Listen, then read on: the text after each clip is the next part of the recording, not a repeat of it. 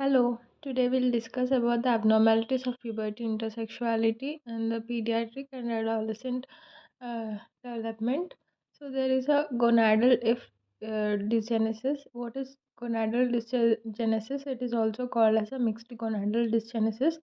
It is where it will have a features of Turner syndrome, and the karyotype will be 45XO, 46XY, or it may has both.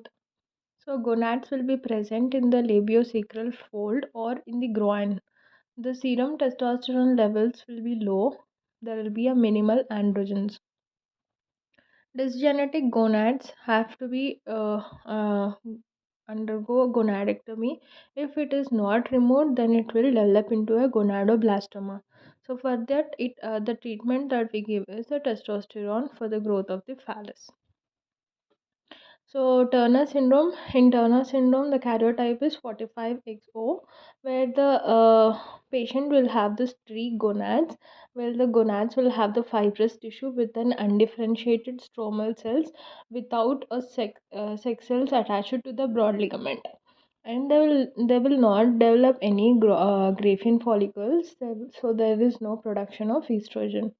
The clinical features will be the patient will be short statured, short webbed neck, cubitus valgus, widely spaced nipples, lymphedema, and absence of the secondary sexual characters. Renal abnormalities are present, which are also associated with an autoimmune diseases like Hashimoto's thyroiditis, Addison's disease, hypothyroidism, hyperextended thumbs. The triad of the Turner syndrome is delayed puberty with primary amenorrhea with the absence of secondary sexual characters. So the investigations that we suggest for is serum FSH and LH levels will be raised, and serum estradiol levels will be lower, that is less than 25 picogram per ml.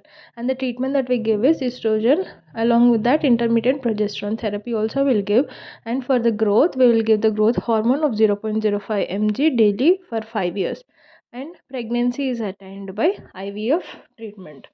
And next comes an androgen insensitivity syndrome, or also it is called as a testicular feminizing syndrome, or it is also known as a male pseudo hermaphrodite. So it was first described by Nouris in 1953. The incidence of this syndrome is 1 in 20,000 or 1 in 60,000. So this is an X-linked recessive disorder. So androgen insensitivity syndrome is of two types, that is complete androgen insensitivity syndrome or incomplete androgen insensitivity syndrome. Here the karyotype will be XY. Where is the defect? The defect is in the androgen nuclear receptor. Even though there are androgens present, but the nuclear receptor is defective.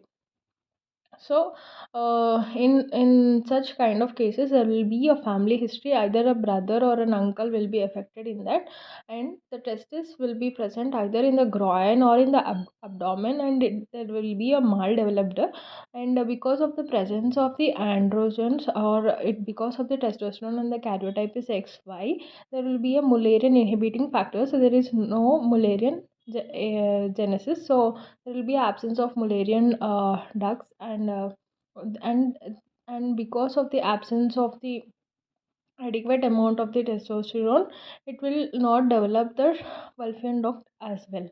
So as the sinovaginal bulb is present, so from the sinovaginal bulb, the lower one third of the vagina is developed, so there will be a blind vagina which is of 1 to 2 centimeters, and it will lead to the triad of primary amenorrhea with the breast development, with the pubarch and adrenarche will be there.